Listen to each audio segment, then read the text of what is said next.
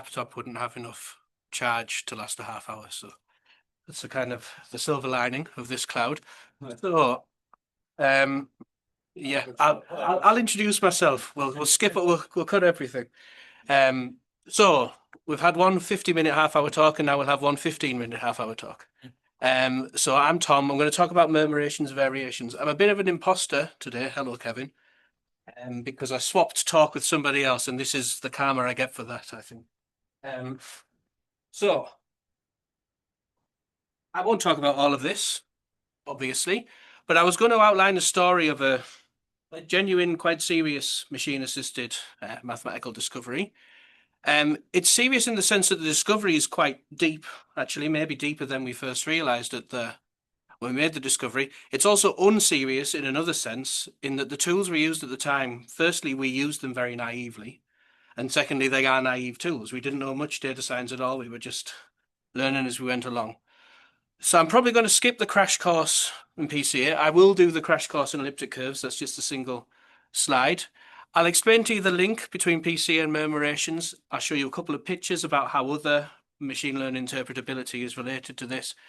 And finally, I might do the easy case just so you can see there's a real theorem that comes at the end. Some of that might get skipped. Let's see. Okay, so let's skip the PCA crash course.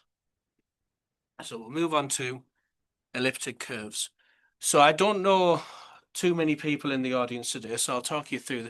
So an elliptic curve defined over Q is defined by this simple equation in two variables. It's cubic in one variable x, quadratic in the other variable y. And to be defined over Q, that just means those a and b, those coefficients can be taken to be integers. There's a non-singularity condition there. That's just meaning it's a non-singular cubic curve. So number theorists are interested in the rational numbers that solve such an equation. Okay, and the set of such numbers is denoted EQ. Okay, and it's a theorem that's a finitely generated abelian group, and the rank of the curve is the rank of that finitely generated abelian group. Now, the other things that number theorists are interested in is looking at this equation mod p. So viewing this equation as a congruence mod p. So to do that, instead of writing equals, we put congruent and we put mod p at the end. In so doing, we might create singularities. Okay, and a prime is good if we get a non-singular curve mod p. It's bad otherwise. There's two types of bad prime, those that gives a cusp and those that give a node.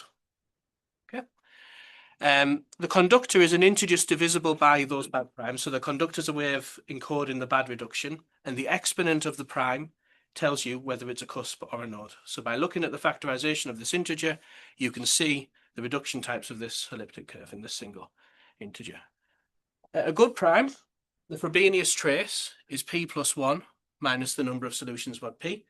That's the difference between the number of points on the projective line and the number of points on the curve. Okay, so it's a discrepancy between the reduced curve and the line mod p. And finally, this is not such an important definition for the abbreviated version of this talk. Two elliptic curves are isogenous if and only if they have the same Frobenius traces or almost all primes. Okay, so we're going to study the elliptic curves by their L functions. Therefore, we need to make this identification up to isogeny, otherwise there's a lot of redundancy. Okay, just to quickly talk you through it, the smallest possible conductor is 11, and this is an elliptic curve with conductor 11. One surprising thing to note about that is those coefficients are quite big.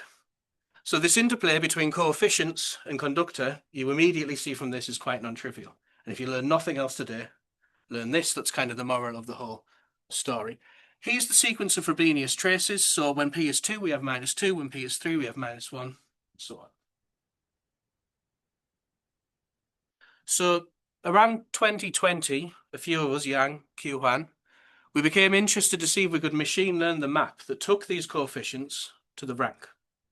And we were interested in that because that's reflective of a conjecture in number theory called the Birchin-Swinnerton and Dyer conjecture, which says the L functions, of which these Frobenius traces are coefficients, they know the rank of the curve in the form of the vanishing order at the central point. So we thought, okay, how about instead of thinking of this analytic function, we think about its sequence of coefficients in high dimensional space and see if we can pick up from that what this rank is.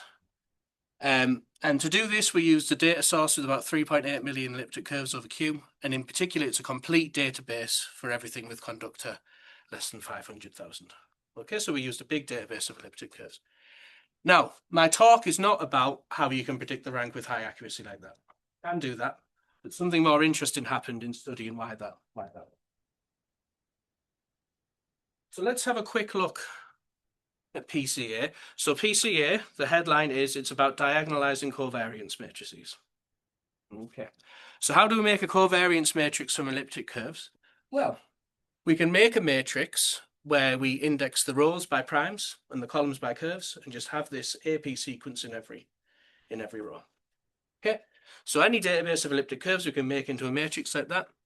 Then we simply take away the average of every row and we multiply that by its transpose. That's the covariance matrix of that particular data set. Okay, so if that covariance matrix has rank row, if we replace the smallest eigenvalues with 0, we can approximate that by a matrix of low rank. Okay, and then we project that to our data, and that's how we do the dimensionality reduction of PCA. You're all experts in this, I'm sure. Okay, so here's a specific example with specific curves, just so you can see what it looks like. I'll make the slides available if anyone's interested. Spent a long time doing these slides, but I'll skip through them. See a big difference in the eigenvalues, so is there just a few components that are really important? Well, good question. So I'm about to reduce to rank 2. Okay, now the answer to your question is not obvious from looking at the data, but we did this because we were naive number theorists trying to learn the algorithms. Okay, so projecting to rank 2, we get this. Okay, no, sorry, to dimension 2, we get this. And as you can see, there is a grey area in between, or I should say a purple area, but there's 2 quite distinct blobs there. Okay, and one of those is the rank 1 curves and one of those is the rank 0 curves. I can't remember the color coding. Perhaps more interesting, what we have here is the index in principal component 1, yeah, against the prime. Okay, and what this is suggesting, maybe, if you think about this as a feature important task, is that some primes are more important than others at predicting the rank of an elliptic curve, which goes counter to a lot of ideas in number theory. And by the way, it's not really true. It just is if you do it on PCA for databases of fixed conductor. And that's a nice fun coincidence in this story. So again, I am rushing here, but what this is showing you is that some primes are perhaps more important than others, and there's a nice pattern to that. Now, these are the famous pictures of murmurations. It turns out this is a fact that wasn't known at all about elliptic curves. If you take a database of elliptic curves that are similar in the sense that they have similar conductor, and you average the AP over that, they form these kind of amazing oscillating patterns. If you're interested, they look a bit like sine of root P. So the phases grow in a little bit. And this is not a trick of the eye. They're scale invariant in the sense that if you take an interval, so conductors in a certain interval, then an interval twice the size and interval 3 times the size, you always get the same pattern once you scale all the axes to have a unit length. Okay, so there's a scale invariance. I mean, I'll tell you very quickly, it's a function of the prime divided by the conductor, so it's quite an interest. Now, you might think, is that a small numbers phenomenon? But here's all the elliptic curves with conductor in the interval 2 to the 25, 2 to the 26, so it persists quite high up. And then you might think, okay, well, there is a clear picture there, but it's also very, very blurry. So what we're doing here is we're grouping the rank 0 and 1 together by doing a sign correction. So we're doing -1 to the rank and averaging all of them. We have this very nice curve in which there is actually quite a lot of cancellation between the things that have. So I told you something about PCA, and then I've just averaged a data set and said it's got this very surprising shape that nobody knows about. And I guess the lesson there is nobody does maths by writing down a random function and plotting the graph. But maybe if you do some AI thing, you can get it. There's some nice pictures there. I'm rushing again, but just to say, so that's seen it through PCA. Since then, we've explored this through lots of different ways. And you can indeed see some murmuration suggestive phenomena. And this is in the filters of convolutional neural network. And this is in a saliency score of a one-dimensional neural network. So lots of interpretability methods will give you this structure. So final 5 minutes, and maybe I'll leave a minute for question. While we were doing all this experimental work, people thought, well, that's just a simple statement about number theory, or maybe not so simple, but a statement about number theory. Can we prove it as a statement about number theory? And the first big breakthrough here was in 2023 by somebody called Nina Zubralina, who was a Sarnac student. She proved it, like really there is this pattern for modular forms. Now, famously, elliptic curves are modular. Okay, but elliptic curves are a very thin subset of all modular forms. So it's not really saying anything about the original claim, but it is putting it into a broader context rigorously. After that, this group of people, Bober, Booker, Lee, Lowry, Dood, and Seymour Howell, they proved the existence of a murmuration function for mass forms, which are real analytic versions of modular forms. In 2025, Sawin and Sutherland conjectured an explicit formula for murmurations, ordered by height, not conductor. Now, that's a tricky thing because that's exactly that discrepancy between how big those coefficients are and how small the conductor was. So there's something very non-trivial that goes on in that theorem. And then finally, myself, Q-Huan Lee, and Pozniakov proved the existence of a murmuration function for Dirichlet characters. And that's a simpler setting which facilitates a very, very complete picture. Just to say, there's two people called Lee on this slide. They're different people. Yeah, one of them sat there.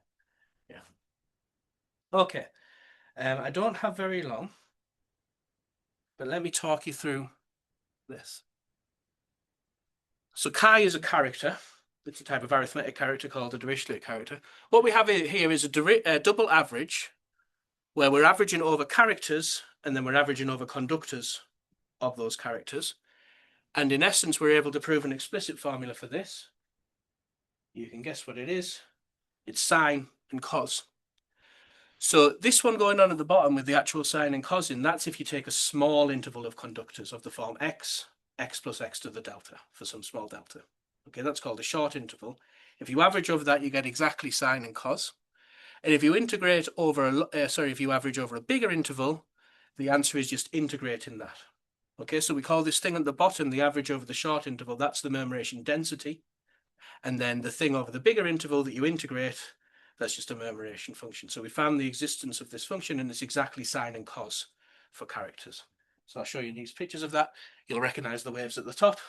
These are the integrals of sine and cos, 1 and 2. We also managed to get, and I'll just show you the fit here, a nice explicit formula for averages of real characters. So not complex numbers anymore, just the real valued ones. They're all 0, -1, and 1. But it's actually a very complicated oscillating sum, and we have this nice explicit formula for it. And just to show off a little bit, I'll show you what it is. Okay, it's this thing on the right-hand side involving the Mobius function and things like that.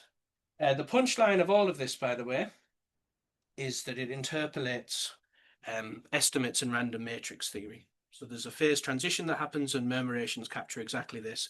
Something I'll tell you about later. I'll end my talk there. That's the 15-minute version.